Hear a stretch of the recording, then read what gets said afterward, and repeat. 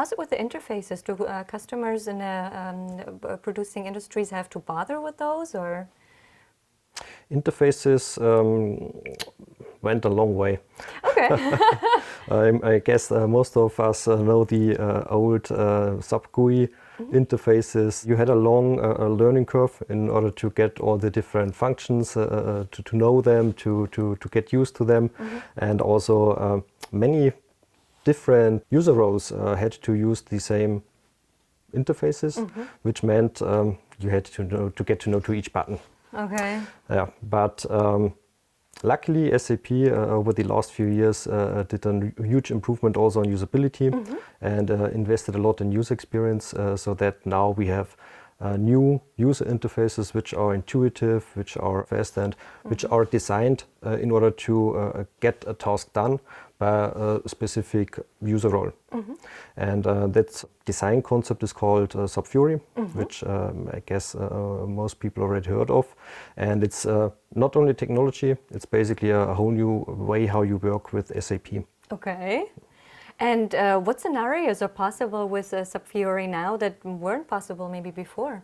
Basically, the SAP Fiori user interfaces are web-based. So each device which has a browser can now support those applications, which means you have broader scenarios also in the mobile area. And yeah, also those onboarding processes in order to get new employees running just get shorter because they are just much more intuitive. Okay. So Sebastian, what do you recommend? What's a good time to actually make the switch to Fiori? Customers who are new to SAP should basically start with SAP Fiori because it's the new user interface, and all the innovations which are on the roadmaps from SAP, they will benefit immediately. Customers who have already a strong commitment to SAP because they have running systems and so on, usually start with an SAP SAP S/4HANA transition, which means that they first try to get the technology to a state where you can later on profit from SAP Fiori.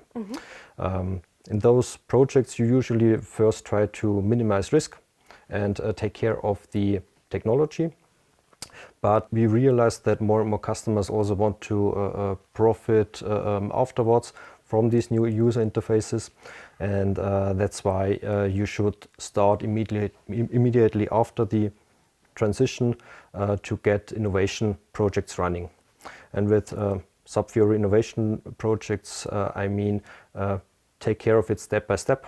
Just select one user role where you know that the department is open to change, and that you also can profit from those new functionalities in order to get a good first impression. It's often referred as a lighthouse project.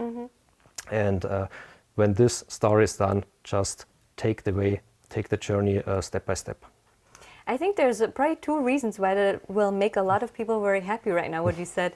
On the one hand, that you're actually thinking of the whole change management topic, you're getting people on board, and also that it's not such a huge obstacle, but you really can take it step by step, and they're not alone. They have experts on their side.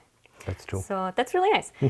If I can pick your brain for one more thing, I think a lot of people are really curious. If you had to give one tip, where should companies like manufacturers really be focusing their attention on right now? In my opinion, the whole cloud possibilities will get more and more, and you need to prepare for that. Also, the step to go to SAP Fiori is, in my opinion, the first step in order to get to hybrid scenarios where you have cloud software as well integrated as on-premise software. We see that on the roadmaps there is a lot of investments also from SAP in order to get those different worlds integrated, so that the end user in base cases won't even recognize if the application is running in the cloud or on-premise. So in my opinion, such hybrid landscapes will be more and more important.